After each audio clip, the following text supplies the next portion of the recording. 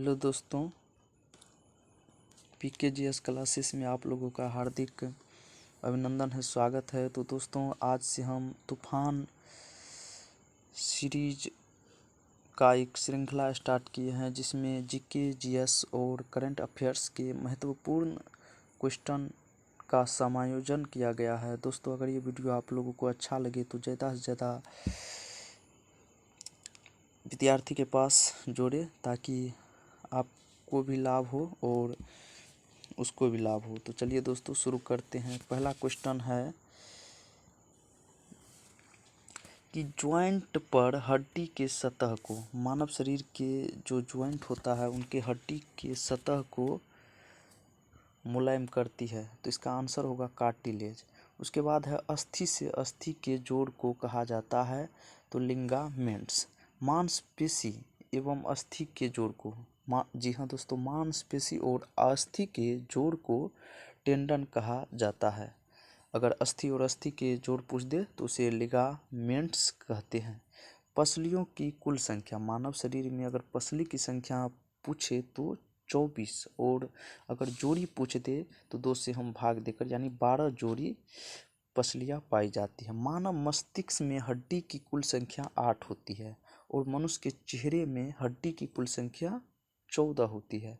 अगर कान में टोटल हड्डी की संख्या पूछ दे तो 6 होती है। तो उसके बाद चलिए, उसके बाद है कि सांसद की वित्तीय समिति। जी हाँ दोस्तों, सांसद की वित्तीय समिति 3 प्रकार के होते हैं। एक लोक लेखा समिति, दूसरा प्राक्कलन समिति, उसके बाद तीसरा सरकारी उपक्रम समिति।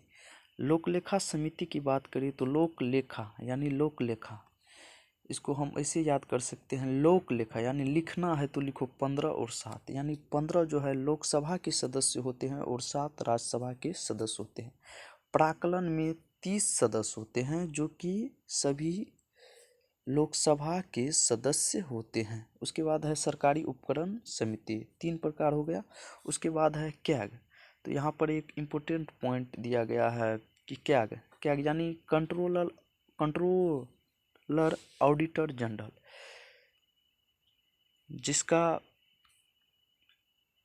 अध्ययन संविधान के 148 से 151 के अनुच्छेद में किया गया है। कैग की नियुक्ति की बात करें तो हमारे राष्ट्रपति जी करते हैं।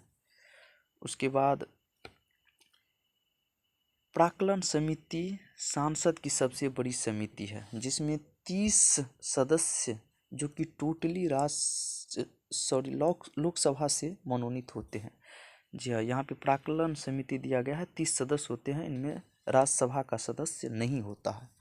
प्राक्कलन समिति के सदस्य का कार्यकाल 1 वर्ष का होता है। लोक लेखा में जैसा कि मैंने आप लोगों को बताया कि 22 सदस्य होते हैं, 15 लोकसभा से और 7 राज्यसभा से।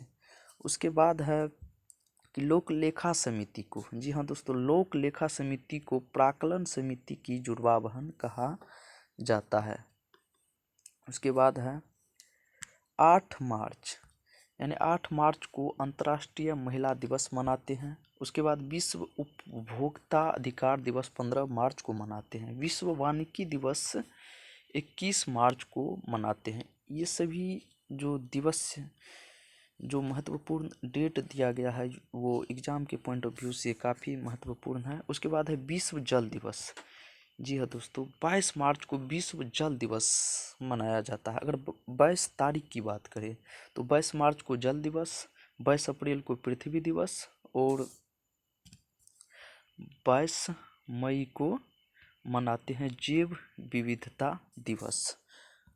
उसके बाद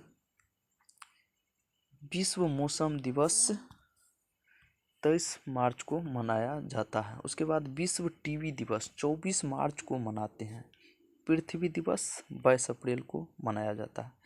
5 जून को विश्व पर्यावरण दिवस मनाया जाता है। अगर पर्यावरण दिवस की बात करें तो विश्व पर्यावरण संगठन, जो एक UNEP करके एक संगठन है, इसका अगर मुख्यालय पूछ दे तो नैरोबी यानी केन्या में स्थित है। उसके बाद 8 मार्च को अंतर्राष्ट्रीय महिला दिवस मनाने के अलावा भारत में 13 फरवरी को राष्ट्रीय महिला दिवस, जो कि सरोजिनी नायडू के जन्म दिवस पर मनाया जाता है। उसके बाद साइंस के कुछ क्वेश्चन आंसर है।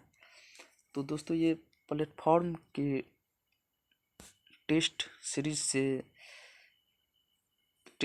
जो दिया रहता है उसके लास्ट में जो क्वेश्चन और आंसर दिया रहता है ये उसी का कटिंग है। उसके बाद है साइंस का फोटोग्राफी में पिक्चर के रूप में सोडियम थायोसल्फेट का प्रयोग करते हैं। और अगर सोडियम थायोसल्फेट का सूत्र पूछ दे तो Na2H2O3 × 5H2O होता है। सिल्वर ब्रोमाइड, अगर सिल्वर ब्रोमाइड का उपयोग के बारे में पूछे तो फोटोग्राफी के रूप में सिल्वर ब्रोमाइड यानी AgBr का उपयोग होता है। सिल्वर आयोडाइड जो कि सिनेमा में हम देखते हैं कृत्रिम वर्षा कराने के लिए सिनेमा में सिल्वर आयोडाइड यानी AgL का उपयोग होता है। उसके बाद सिल्वर नाइट्रेट की बात करें तो इसका प्रयोग जनगणना में यानी मतदान करते समय हाथ पर जो काली धब्बे का निशान लगाया जाता है तो वो सिल्वर नाइट्रेट का ही होता है। उसके बाद सिल्वर क्लोराइड का उपयोग फोटोक्रोमेटिक कांच बनाने में होता है। उसके बाद कुछ इकोनॉमिक्स के यानी क्वेश्चन और आंसर दिया हुआ है कि भारत में करेंसी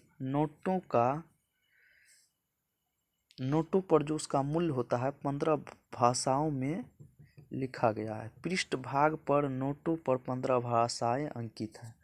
अगर नोट के मुख्य भाग पर 2 भाषा अंकित होते हैं, कुल मिलाकर 17 भाषा में 15 भाषा में नोट लिखा रहता है। 1 रुपए के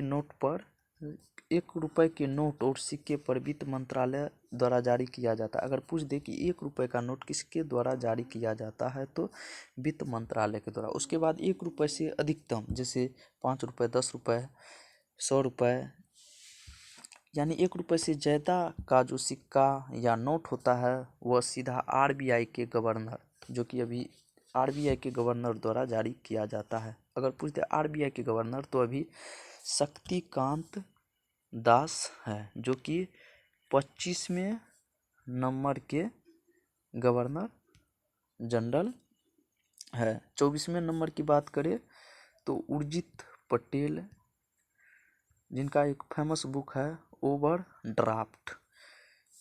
उसके बाद अगर 23वें नंबर की बात करें तो रघुराम राजन, इसका एक प्रमुख बुक है थर्ड पिलर। उसके बाद आई डू व्हाट करके एक बुक दिया हुआ है। तो चलिए दोस्तों, अगर ये वीडियो आप लोगों को अच्छा लगा हो तो शेयर करें, लाइक करें। अगर आप हमारे चैनल पर नए हैं तो चैनल को सब्सक्राइब करें। जय हिंद, जय भारत।